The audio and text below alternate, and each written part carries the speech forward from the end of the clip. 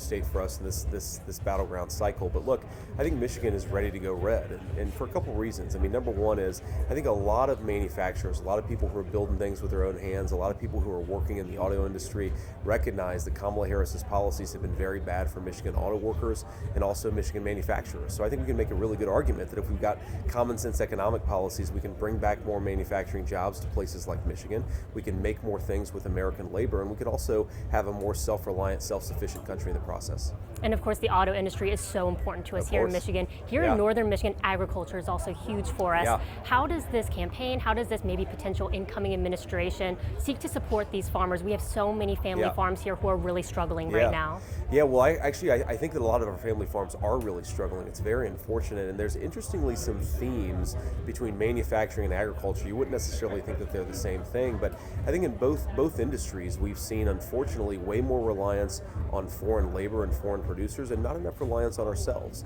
And I think that really hurts Michigan manufacturers, but also it hurts Michigan farmers. In 2023, for the very first time, we became a net importer of food. That means that we rely on other countries to grow the food that we need, really for the first time in our country. And what that means is a lot of Michigan farmers are seeing their products not do as well because foreign countries are dumping products that they shouldn't be dumping. That's also driving up the cost of food for Michigan consumers too. So it's really a lose-lose proposition. If we do good by Michigan farmers, we also do good by the people who consume what Michigan farmers grow, which is pretty much all of us. And something that we're really seeing a lot of here in northern Michigan is a lot of solar projects, solar and wind energy. Of course, yeah. What is this campaign stance on that? Well, look, we love all forms of energy. President Trump and I really take an all of the above approach to energy. That means nuclear, that means natural gas, that means coal. It certainly means solar and wind too, but we want to make it in the United States of America. I think one of the things that we've learned over the last 5 years is you can't really run a modern industrial economy just on solar and wind. You've got to do everything, and unfortunately, way too many of the solar panels are manufactured in China. One of the things that President Trump and I want to do is make more American, have more products made in the United States of America with American workers. That'll be great, of course, for the people who are consuming the energy. It'll also be good for the people who are making that stuff. And of course, one of your big platforms is talking about inflation. Is there anything here in Michigan that you feel like, hey, we need to take a look at to be able to help people here? Well, look, I think that we have to remember, we have the best country in the world, and I think what's broken about this country is only our failed leadership. And if we get better leadership in there, we can really set Michigan on a radically new course and the whole country along with it. I mean, look, the problem with inflation is really first and foremost a problem with energy.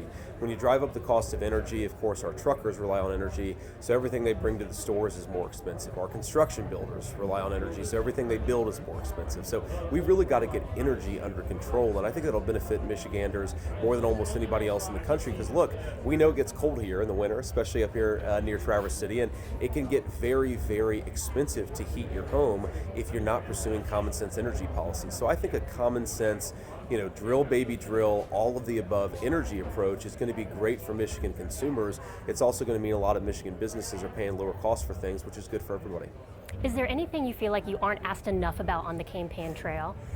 No. I mean, I think I'm asked pretty straightforward questions, at least by most journalists, and I appreciate you asking me, about what we want to do. I think that the way that I put this is, we really do believe, President Trump and I believe unbelievably in this country and in this state. We just think that failed leadership has made it so hard for Michiganders to buy the things that they need, to put food on the table, to build a house, to buy a house at a reasonable cost. If we get common sense economic policies in there and we get common sense leadership, I think we can set Michigan on a great new century, a great new generation of leadership led by the state. Well, Senator, thank you so much for taking the time to do this. Thank you so much.